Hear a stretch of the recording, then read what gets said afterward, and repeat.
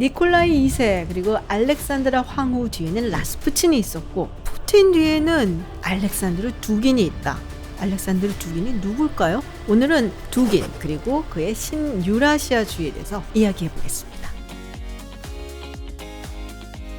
안녕하세요, 김지윤입니다. 러시아가 우크라이나를 침공한 지 벌써 한 달이 훌쩍 넘었습니다. 초반에 러시아가 그래도 세계 2위의 군사력을 가진 국가인데 극강의 군사력을 가지고 있으니 금방 함락시킬 것이다 라고들 예측을 했는데 굉장히 다르게 돌아갔죠. 현재 우크라이나 북부 쪽에서는 퇴각을 했고 재정비 후에 남동부 측에 집중을 한다라고 합니다. 많은 군사 전문가들이 이 러시아의 국방력에 대해서 재조명에 들어갔어요. 미국 측에서는 재평가를 좀 해야겠다라는 분위기도 나오고 있는 것 같고요. 도대체 러시아는 이렇게 계획도 별로 없고 제대로 파악을 못하고 전면전을 시작한 거냐? 왜 그랬을까? 라는 이야기들이 많이 나오고 있습니다. 사실 이 부분에 대해서는 국제정치학적인 혹은 지정학적인 시각에 의한 설명들은 많이 나왔었죠. 그런데 푸틴은 정말로 무슨 생각을 했을까? 그리고 러시아 제국의 부활이란 이야기가 나오고 있는데 그한테는 어떤 신념이 있었는지 이 부분에 대해서는 상대적으로 얘기가 좀 덜 된 것 같아요. 그래서 오늘 그 이야기를 한번 해보려고 합니다. 2014년 크림반도 병합 후에 Foreign Affairs라는 외교 전문 잡지에 이런 제목의 글이 실렸습니다. 푸틴의 브레인, 알렉산드르 두긴과 푸틴의 크리미아 침공 뒤의 철학. 푸틴 대통령의 이념에 상당한 영향을 끼친 것으로 알려져 있는 이 알렉산드르 두긴 그리고 그가 주장하는 신유라시아주의에 대한 이야기였는데요. 20세기 들어와서 러시아는 상당히 다양한 체제를 경험해왔죠. 제정부터 시작해서 공산주의가 이끄는 전체주의 그리고 잠시간의 민주주의 시도가 있었고 이게 실패로 끝나면서 지금 푸틴의 20년이 넘는 독재가 이어지고 있습니다. 그리고 각 정권마다 우리도 사실은 마찬가지지만 어떤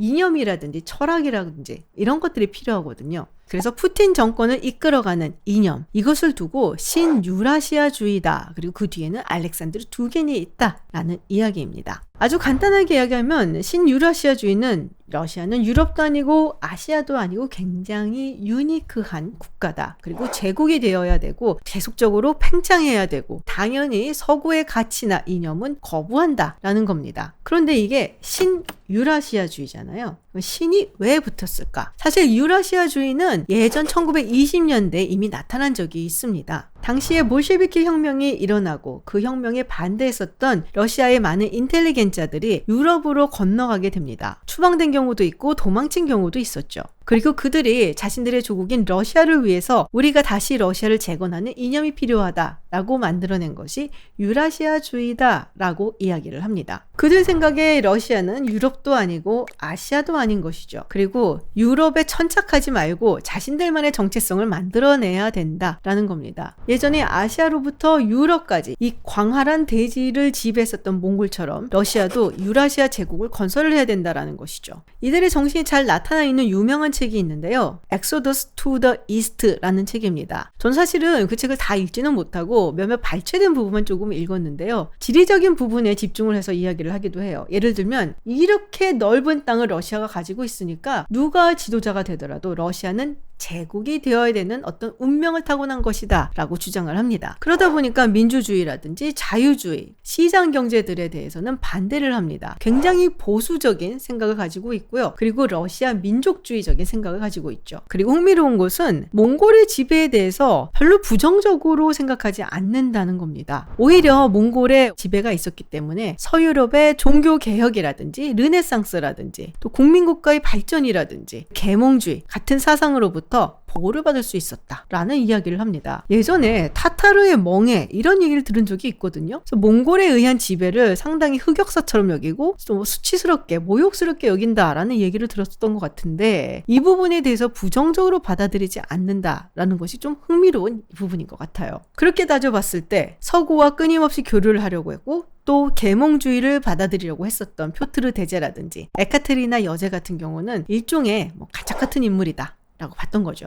말씀드렸다시피 볼셰비키 혁명에는 반대를 했지만 그렇게 개방적인 사상이라고 할 수는 없습니다. 오히려 종교와 권위에 복종을 하는 아주 전통적인 보수주의 그리고 권위주의에 가깝다 라고 말을 할 수 있고요. 또 국가를 소중하게 여겼기 때문에 국가주의적인 성향도 가진다고 할 수 있죠. 그런데 이 유라시아주의가 별로 대접을 못 받았어요. 일단은 볼셰비키 혁명이 일어난 소련에서는 이거를 탄압하고 또 축출을 했고, 그리고 이후에 세계가 유라시아주의를 신경 쓰기에는 너무 많은 일이 일어나서 바빴죠. 그리고 유라시아주의자들 사이에서도 내분이 일어났기 때문에 조용히 사그러져 갔습니다. 대표적인 인물로는 니콜라이 트루베츠코이 그리고 표트르 사비스키 같은 인물들이 있는데요. 트루베츠코이 같은 경우는 나치에 반대하는 글을 올렸다가 학교에서 해고가 되고 결국에는 병을 얻어서 일찍 죽게 되죠. 그리고 사비스키 같은 경우는 나중에 러시아의 수용소로 끌려가게 됩니다. 1990년대 들어와서 이 유라시아주의의 마지막 계승자다라고 할 수 있는 사람이 바로 레프 구밀요프인데요. 이 레프 구밀요프에 대한 재조명이 되고 그러면서 유라시아주의에 대한 재조명도 함께 이루어지게 됐죠. 근데 이 유라시아주의자들 중에서 특히 푸틴에게 영향을 미쳤다라고 알려진 인물이 있습니다. 이반 일린입니다. 이반 일린은 전통적인 왕정주의자였습니다. 1922년 러시아에서 추방을 당하게 되죠. 그러다가 나중에 죽음은 스위스에서 맞이하게 되는데요. 2005년 푸틴 대통령이 이 이반 일린의 유해를 러시아로 가지고 옵니다. 그만큼 푸틴이 이반 일린에 대해서는 상당한 애착을 가졌다라고 볼 수가 있는 거죠. 이 이반 일린은 그야말로 국수주의자였고요. 파시스트였습니다. 무솔리니와 히틀러를 찬양을 했고 반유대주의적인 성격도 가졌었고요. 그리고 결국에는 러시아를 파시스트 국가로 만들어야 된다라는 생각을 했다고 하죠. 특히 러시아는 늘 서구에 의해서 침략을 당했고 부당한 대우를 받았고 결국 서구가 러시아를 또 침략할 것이다 라는 이야기를 했습니다. 그 러시아처럼 큰 국가는 특히 또 독재를 해야 된다 라는 이야기를 했어요.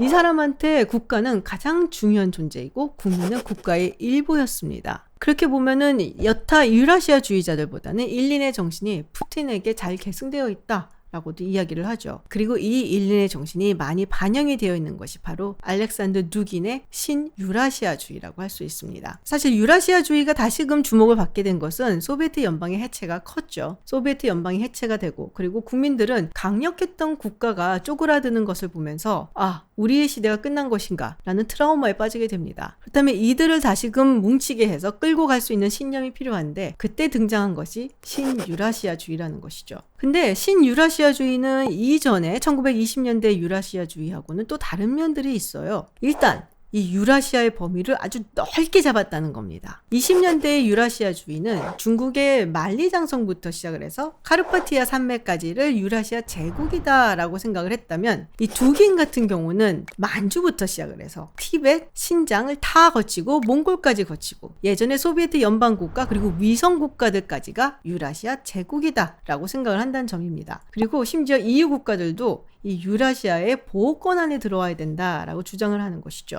두긴의 주장 중에 굉장히 흥미로운 부분이 있는데요. 지정학적으로 봤을 때 세계를 두 개로 나눈 겁니다. 하나는 육상 세력을 의미하는 영원의 로마, 그리고 또 다른 하나는 해상 세력을 의미하는 영원의 카르타고입니다. 사실 이런 식의 개념은 지정학의 아버지라고 불리는 할포드 맥킨더의 The Geopolitical Axis of History에서 세계를 셋으로 등분한 것에 기인한다라고도 이야기를 해요. 카르타고 같은 경우는 아테네의 민주 정신을 개성을 하고 있고요. 또 상업 중심이고 해양 세력이죠. 그리고 이것이 네덜란드를 거쳐서 대영 제국으로 이어지고 그리고 현재는 미국으로 이어지고 있습니다. 반면에 이 로마 같은 경우는 국가 공동체를 중요시하고 또 육상 권력이고 그리고 이것이 러시아로 이어지고 있다는 것이죠. 냉전이 끝나고 해상 세력이 잠시 이긴 것처럼 보이지만 결국에는 육상 세력이 이길 것이다. 왜냐하면 로마가 이겼으니까요. 그리고 이전의 유라시아주의가 로만, 게르만 유럽을 적대시했다면 두긴의 신유라시아주의에 적대시하는 대상은 단연코 미국입니다.